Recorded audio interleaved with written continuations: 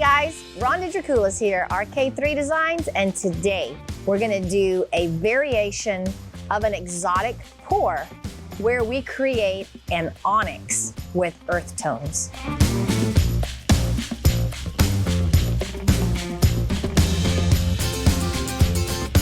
All right, so I am starting out with black epoxy tinted with the Alumilite black opaque dye.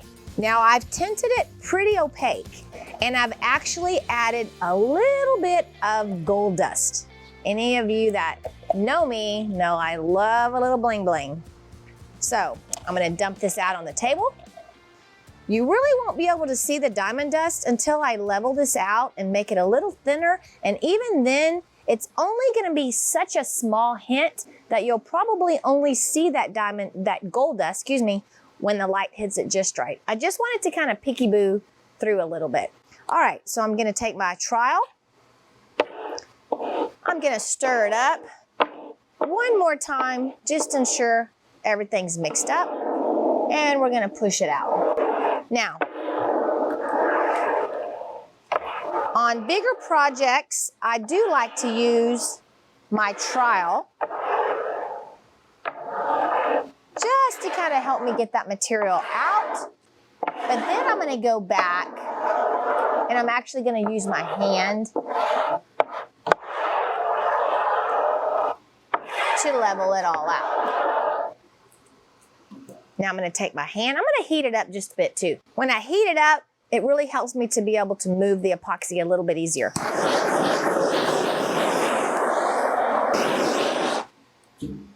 I'm just gonna take my hand. Now, I did not go quite 3 ounces per square foot on this base coat because I know I'm gonna be adding quite a bit more material onto the surface. So I'm at about 2 ounces, and really all this base coat is a kind of a greasing up to allow the epoxy that I'm gonna be pouring over to kind of move.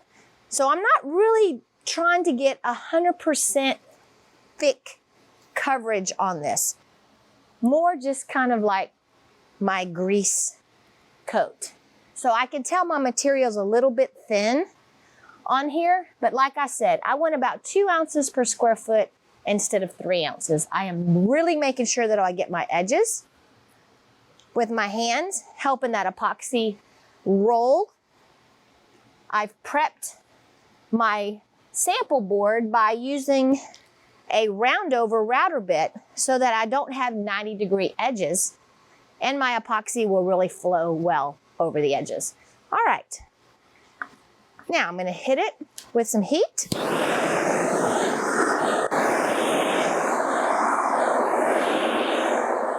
I know you guys can't see this on camera, but the gold dust looks absolutely amazing in this black finish. This actually is a really cool finish by itself. I could walk away, but don't worry, I'm not. Okay, so I'm gonna let that sit while I work on the second part of the finish. Okay, so our next step is gonna be kind of a variation of a dirty pour. So what I'm gonna do, I've taken epoxy and I've tinted it very translucent with the Alumilite dye. Translucent meaning that when I lift it up, you can actually see the wood grain through the dye. So now what I want to do is come in with some colors of spray paint. I've got a leather brown, and I'm going to spray it on one little section. I'm going to come in with khaki, a little bit of Kona,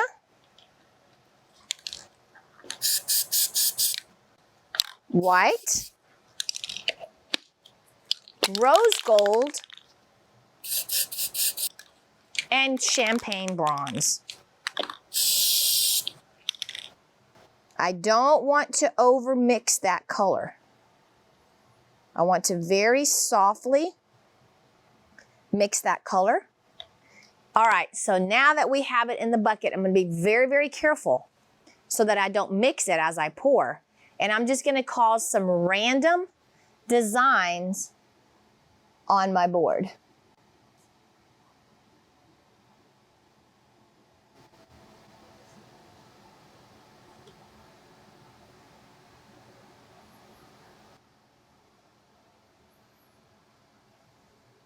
Now this is definitely your choice of how you want to lay your pattern down. If you want a lot of black to be showing and play, or do you want most of your finish to be the actual dirty pour? I really want to use that black to my favor. Now what I'm doing, I'm just taking these colors and I'm drizzling them to give me almost fracture lines. This is when you can really have fun. Just bring in those colors, bring in that design. This is going to be more of an artistic type finish, but very easy to recreate.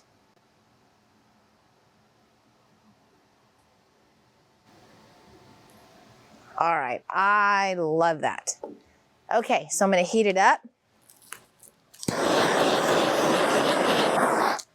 Now at this point, you can decide, do I wanna let it move on its own? Are you on a surface where you physically can't manipulate the surface and let it roll and move? Or do I wanna now, because I have the capability, tilt it and get really cool designs? Remember, if you are doing this on a surface that you cannot tilt, don't do a sample board and tilt it, because it'll be really hard to recreate that look. You can definitely bring in a heat gun at this point. I don't really want to use a heat gun right now. I want everything to be very organic, so I'm going to just tilt it a little bit.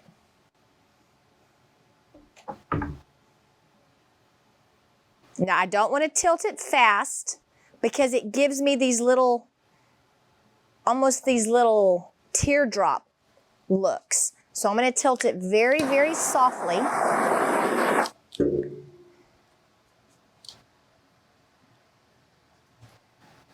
And I really don't want my pieces touching too much, because I do want to have that look of separation in my piece. I love the way that, because I tinted my white very translucent, how these other colors are very softly melding and creating some really cool effects. All right, so now I'm gonna come in with my alcohol, and I'm gonna come in with gold first, very lightly. I'm gonna make sure that my spray pattern is very, very thin, and I'm just gonna hit certain areas, just certain areas with the gold. And I'm not really going into the main body. I'm just kind of hitting it every so often. Now I'm going to come in with the plain alcohol, and that I'm going to go over the whole surface. And it's going to give me some amazing effects. Okay, so now that I've hit it with some alcohol, I have a little bit of black left. So now I'm going to cause some more fracture lines. And I'm just very quickly going over my piece. Don't overthink this, guys. Just get material on the board. Now, if you have drips like this, that's okay. You can just kind of move them out a little bit. And when you hit that with alcohol and movement and heat, it's gonna really dissipate that. Okay, I really like that. I've got a little bit left. Even though I'm going on black, you'll still be able to see some very small fracture lines. Now, I want to show you guys up close how I do this. Is turn my stick sideways. Flat, stops it, sideways, makes it flow. So here we go.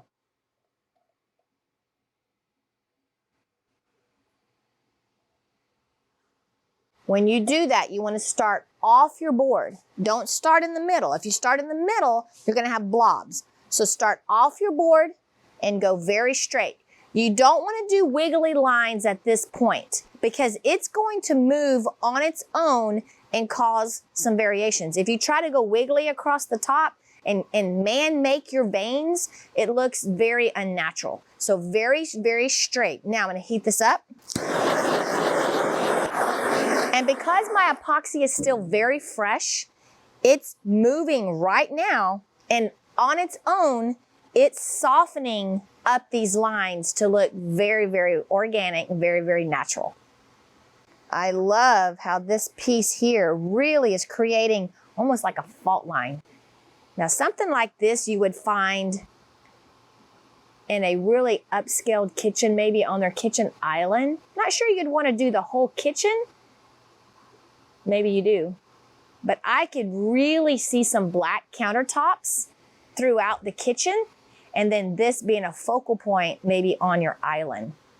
So at this point, you can decide if you want to fracture it a little bit more with alcohol. That's definitely something you can do. I'm actually gonna take some copper now, mica powder. It's mixed 1/4 ounce of mica powder to 8 ounces of isopropyl alcohol. If you can't find isopropyl alcohol right now, that's a mouthful, you can also use Everclear, which that's a whole other story. So, spray pattern, very thin, very high. I'm gonna come in and just randomly hit areas because I don't want that copper over the entire piece. I just want it to kind of hit ever so often and cause some really cool movement. Ooh, I really like that. I'm gonna break up these lines right here. And right here, I wanna soften those lines a little bit, so I'm gonna hit them with a little bit of alcohol. Okay, very cool. All right, so I'm gonna let this sit. I'm gonna mix up some copper, let it sit a little bit, and then I'm gonna come in and I'm gonna actually add some very, very subtle details. Okay guys, so this piece has been sitting about 30 minutes, and you could definitely stop here. But I really want to create a wow factor with almost a 3D look. So I mixed up some copper when I mixed up the background of this epoxy, and it's been sitting in a cup. So it's a little thicker.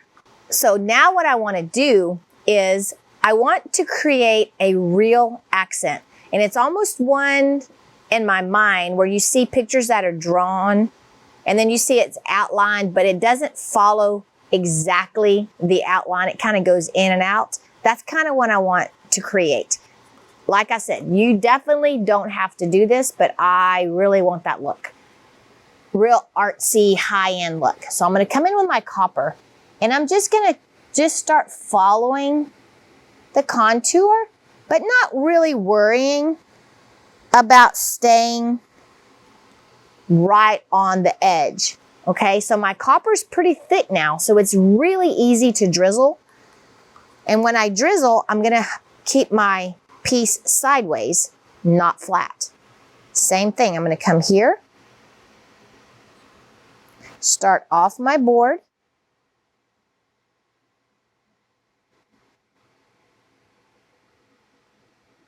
and go all the way to the end. Now, if I start skipping, I can add a little bit and come back and meet that piece. So I'm a little short-armed here. So I'm just gonna kind of come back and meet that piece up. There we go. It's a little thicker there, but that's okay because I'm gonna move it just a hair. Same thing here.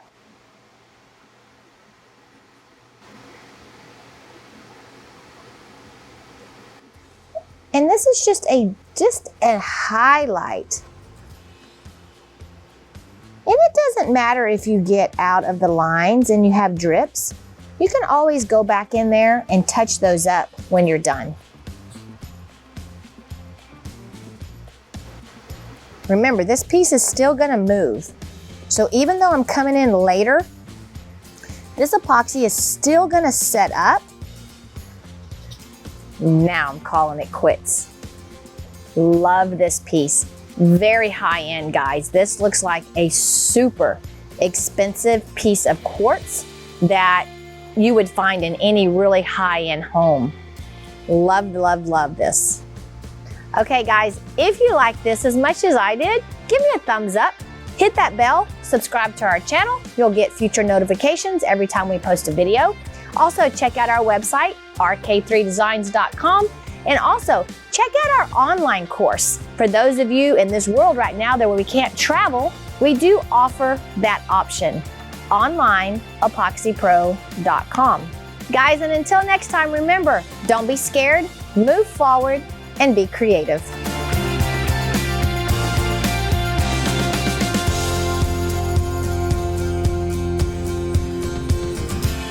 Don't be scared. No, that's not. I haven't messed that up in a long time.